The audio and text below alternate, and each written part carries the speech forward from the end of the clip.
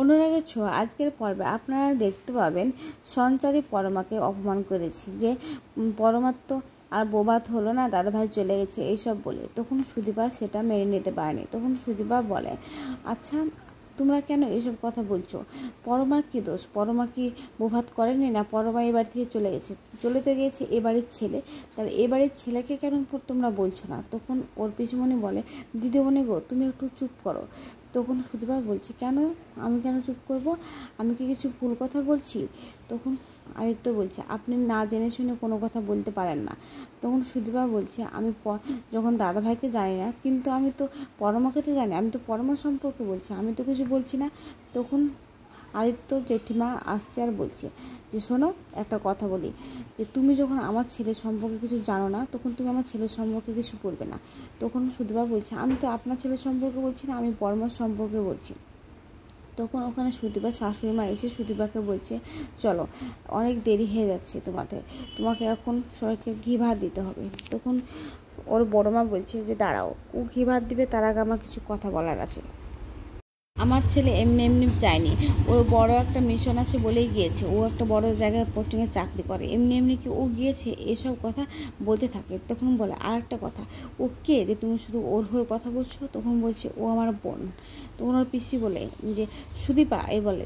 অন্যদিকে দেখা যায় যে ওখানে যায় একটা অনাথ আশ্রমে যায়, আর সেখানে গিয়ে সব ফাইল চেক করে, কিন্তু সে ফাইলগুলো চেক করে কিছুই পায় না। তখন বলে, না না আমি তো কিছুই পেলাম না সুদীপার নেমে, কিন্তু আমি কি করব এখন? তখন হঠাৎ করে দেখে ওখানে একটা ফাইল পড়ে আছে, সেই ফাইলটা পেয়ে দেখে যে সুদীপার নামে অনেক রেজিস্ট্রি করা আছে, কিন্তু ভাবছে যে এটাতেও তো হবে না। তখন দেখা যায় সুরূপার নামে আছে। তখন বলে, এই তো পেয়ে গেছি তুরুপের দাস, এবার আমি ঠিক ব্যবস্থা করে নেবো, যে আমার পরিবারে ধ্বংস করেছি ওর পরিবারকে আমি ধ্বংস করব।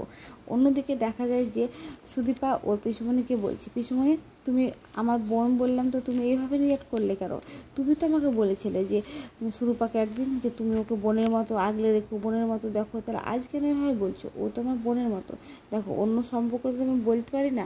তখন বলে যে, কেন ও তো তোমার যা। তখন বললাম যে যাটা থাকবে কিনা সারা জীবন সে তো বলতে পারি না, কিন্তু বোনের মতো বন্ধু থাকতেই পারে সারা জীবন, এইসব বলতে থাকো। তখন ওর বড় মা বলে, শুনো তাও চ্যাটাং চ্যাটাং কথা কি তোমার বন্ধ হবে না? তখন বলে, কেন আমি কি অন্যায় করেছি যে আমার কথা বলা বন্ধ হবে?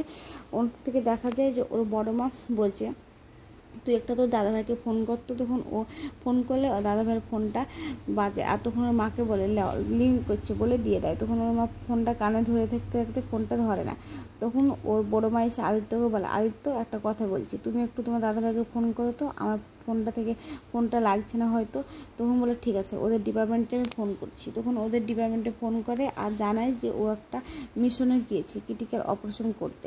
তখন বলে, আচ্ছা ঠিক আছে, থ্যাংক ইউ বলে ফোনটা রেখে দেয়। আর ও বাড়িতে সবাইকে বলে। তখন ও বলে, ঠিক আছে গিয়েছে তো ভালো। তখন ওর আদিত্যর মা বলে যে, ঈশ্বর সব কিছু ঠিক করে দেবে। তখন আদিত্য বড় মা বলে, হ্যাঁ এই তাই তো, ঈশ্বরই তো সব কিছু ঠিক করে দেবে।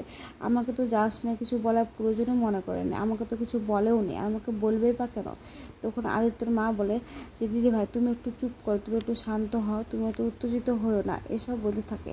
অন্যদিকে পরমা সেখান থেকে চলে যায়, আর পেছনে সুদীপাও যায়, আর সুদীপা ওর ঘরে যায়। তখন বলে যে, পরমা, তখন বলে, তুমি আবার এই ঘরে এসেছো, কেন এসেছো? আর একটা কথা, তুমি কেন হচ্ছে কি বললে যে ওখানে আমার বোন টোন কেউ নেই? তখন সুদীপা বলে, কেন আমি বোন বললাম তো, এটা তো কোনো খারাপ কথা বলিনি, আমি তো ভালো কথাই বলেছি, তোমার এত খারাপ লাগছে কেন? তখন বলে যে, কেন খারাপ লাগছে আমি জানি না, কিন্তু আমার বোন টোন কিছু নাই। তখন সুদীপা বলে যে, আচ্ছা ঠিক আছে, আমার ভাত কাপড় অনুষ্ঠান করেছে আদিত্য বলে তোমার মন খারাপ করছে? দেখো আমার কিছু হারাবার নাই, তাই আমি কিছু পাওয়ারও চেষ্টা করি না, এসব বলে। তখন পরমা বলে, দেখো আমাকে একদম জ্ঞান দেওয়ার চেষ্টা করবে না, আমি জ্ঞান নিতে পারি না, আবার তোমার সেই জ্ঞান দিতে চলে এসেছো। তখন বলে যে, না জ্ঞান দিতে আসেনি। তখন পরমা বলে, শোনো তুমি আমার থেকে ছোট, বুঝতে পেরেছো সব কিছুতেই, তাই তুমি ছোটোর মতো থাকো, আর তাছাড়া সম্পর্ক ছোট। তখন সুদীপা বলে, তাহলে তুমি মানছো আমাদের মধ্যে একটা সম্পর্ক আছে না? তখন সেখানে আদিত্য চলে আসে, আর পরমা গিয়ে ওখানে বসে। তখন সুদীপা পরমার কাছে যায় আর বলে, জানো ছোটোবেলা থেকে আমার ভাই বোন কেউ নাই, আর ক্লাসের বন্ধু বান্ধব কেউ নাই, আমি একটু পড়াশোনায় ভালো বলে আমার সমবয়সী মেয়েরাও আমার সঙ্গে বন্ধুত্ব করতো না, ওরা আমাকে খুব সম্মান করতো, কিন্তু আমি চাইতাম কিন্তু তোমার কথা খুব মনে পড়তো, মনে হতো তোমার সঙ্গে কবে দেখা হবে, তুমি আমার ভালো বন্ধু হবে, এসব ভাবতাম। কিন্তু দেখো আজ তোমাকে একটা যদি আমি কোনো প্রাইজ দিই, সেই প্রাইজটা আমি দিতেও পারবো না, আর আমি দিলেও যে তুমি সেই প্রাইজটা পাবে সেটারও কোনো মানে নেই। এই বলে ঘর থেকে চলে যায়। তখন আদিত্যকে দেখতে পাই, তখন ওখানে থমকে দাঁড়ালে তারপর চলে যায়। তখন পরমা আদিত্যকে দেখতে পায় আর বলে যে আদিত্য, আমি কি দায় তোমার দাদাভাই চলে যাওয়ার পেছনে? তখন বলে না, তুমি দায় না, আমি দায়, আমি সব কিছুর জন্য দায়। আমার এই জিনিসটার জন্য নিজের মনকে কুড়ে কুড়ে খাচ্ছে, আর এই সিচুয়েশন থেকে আমি কবে যে বেরোবো তার ঠিক না, আর তুমিও নিজেকে সেই সিচুয়েশন থেকে মুক্তি করো বলে সেখান থেকে চলে যায়।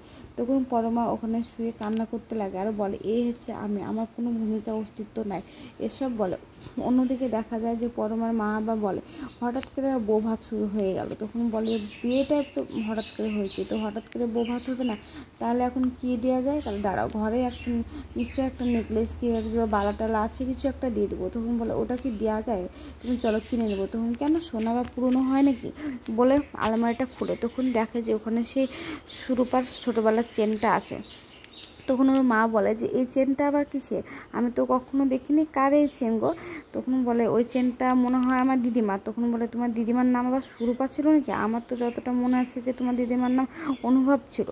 এসব বলে ছাড়ো তো, চলো, এখন দেরি হয়েছে বলে সেখান থেকে বেরিয়ে পড়ে। অন্যদিকে দেখা যায় যে সুদীপাকে সঞ্চারী আর আদিত্যর বোন মিলে দুজনে সেজে কুজে ঘর থেকে নিয়ে আসছে, আর সবাই ওখানে দাঁড়িয়ে আছে। আর তখন আদিত্য ছোটো ভাই বলে দাদা ভাই তোর কি চয়েস রে, দেখ কি দারুণ লাগছে। তখন আদিত্য বলে তখন ওর শাশুড়ি মা আসে আর সুদীপাকে বলে চলো সুদীপা ওখানে বসবে, খুব সুন্দর লাগছে বলে সেখানে নিয়ে গিয়ে সোফায় বসায়। আর আত্মীয় স্বজনরা বলা বলি করে, মুখটা কি মিষ্টি কিন্তু গায়ের রং চাপা। দেখো না, নিজের ছেলের বেলাতে কি সুন্দর রূপবতী ফর্সা ডকটকে বউ নিয়ে এলো, আর পরের বেলাতে দেখো একটা ময়লা শ্যামাবর্ণ মেয়ে নিয়ে এলো। তখন আদিত্য সেখানে যায় আর বলে শুনুন, আপনারা গ্রামের মানুষ, গ্রামের মতো থাকুন, আপনারা একটা ভালো অনুষ্ঠানে এসেছেন, এনজয় করুন, কিন্তু এইসব কুকীর্তি কথা বলেন না কো, যেটাতে আপনাদেরকে নিজেকে ছোট হতে হয়, এইসব বলে। তো বলতে বলতে পরমা উপর থেকে নিচে আসে আর এসে আদিত্যর দিকে তাকায়। ঠিক তখনই পরমার বাবা মা আসে আর তখন বলে পরমা, তখন ও ঘুরে বলে মা বলে জড়িয়ে ধরে কান্না করতে লাগে। তখন পরমা শাশুড়িমা বলে না, আমার ছেলে একটা মিশনে গিয়েছে তো ক্রিটিক্যাল অপারেশন করতে, তাই হয়তো আপনার মেয়ে একটু খারাপ লাগছে। বছরের পর বছর আমি এইভাবেই কান্না করেছি, আর এখন তো ও আর স্ত্রী, ও তো কান্না করবে, কিন্তু দেখো আমি আছি, সব কিছু ঠিক হয়ে যাবে, তুমি তো অলক্ষী না, তুমি তো ভালো বউ, আমার ঠিক সব কিছু ফিরে আনবে, এসব বলে।